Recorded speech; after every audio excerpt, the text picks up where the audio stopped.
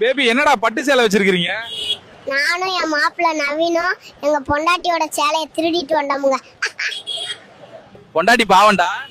அட போங்கங்க, வீட்ல போய் டீ குடிக்க காசு கேட்டா 10 பைசா கூட தர மாட்டாங்க.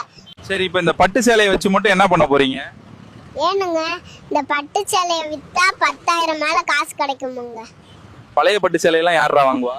வேற எங்க, நம்ம கிருஷ்ணகிரியில லொகேட் ஆயிருக்க பிரகாஷ் பட்டு சென்டர்ல தான்டா. இப்போ இந்த பட்டு சேலைக்கு எவ்வளவு கொடுக்க போறாங்க? ஏங்க, அது நீங்களே பார்த்து தெரிஞ்சுக்குங்க, அப்படியே ஷாக் ஆயிருவீங்க. என்னடா உங்க பட்டு சேலைக்கு எவ்வளவு கிடைச்சது? என்னோட பட்டு சேலைக்கு 12,000ம் தினேஷ்க்கு 9,000ம் கிடைச்சதுங்க. என்னடா சொல்ற? இவங்க கடை எங்க லொகேட் ஆயிருக்கு மாட்டா? கிருஷ்ணகிரி ரவுண்டானா பக்கத்துல காந்தி ரோடு கனரா பேங்க் கிட்டே இருக்குங்க.